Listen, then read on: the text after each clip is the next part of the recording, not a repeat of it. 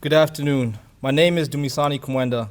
It is an honor to have been selected to represent the School of Business and Economics this afternoon on behalf of my peers and all faculty and staff. I'd like to thank Denise Smith, the Dean of the School of Business and Economics, Tim Scales, Paula Kay, and all those involved with giving me this privilege. Less than half a decade ago, I was studying for my SATs underneath a candlelight due to the lack of electricity in Malawi. It would have been in my wildest dreams to have pictured myself standing here today. Clearly, I was quite an ambitious dreamer, as standing was too big of a dream. I am from Blantyre, Malawi. For those of you who are Marvel fans, it is roughly southeast of Wakanda. I am a senior who is currently studying business administration with a concentration in information systems.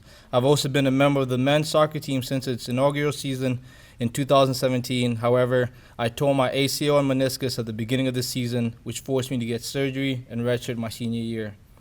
My biggest fear when coming to America, a term I don't exactly like to use because everyone starts to quote the movie and ask if I'm a prince like Eddie Murphy.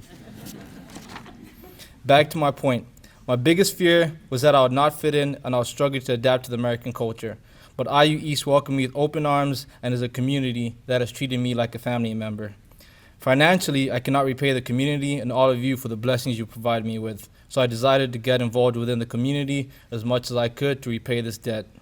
Some of these contributions are that I volunteered at the Boys and Girls Club in Herbert Middle School, mentoring younger students and encouraging them to always strive for success.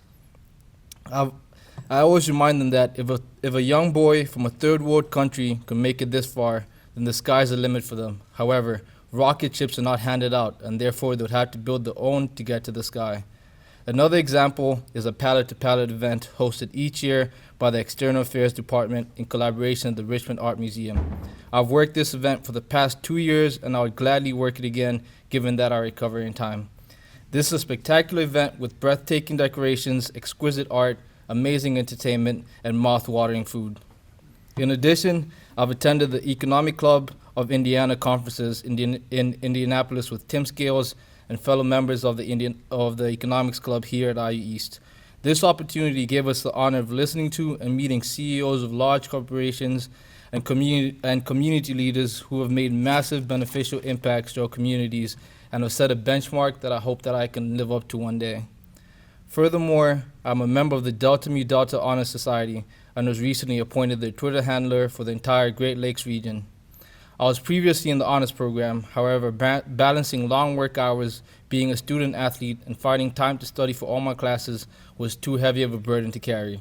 But I'm still grateful for all the knowledge I gained from participating in this program, and I am sure it will reflect in the near future.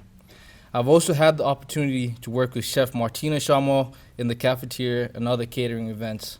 Working in the cafeteria and coffee shop has allowed me to become familiar with several students, faculty, and staff, and has created several friendships I will cherish forever.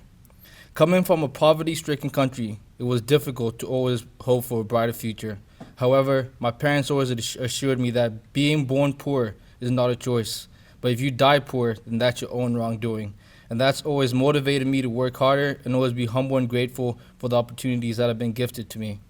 I speak on behalf of all the scholarship recipients in here that many of our dreams we hope to accomplish one day would not be possible without your generosity. We are all truly humbled and grateful for the opportunity you have given us to achieve these goals. I have the assumption that none of you in this room are obligated to provide us with these donations. However, you do it out of the kindness of your heart. Words cannot express the impact you made on me and my family's life, and I'll forever be grateful.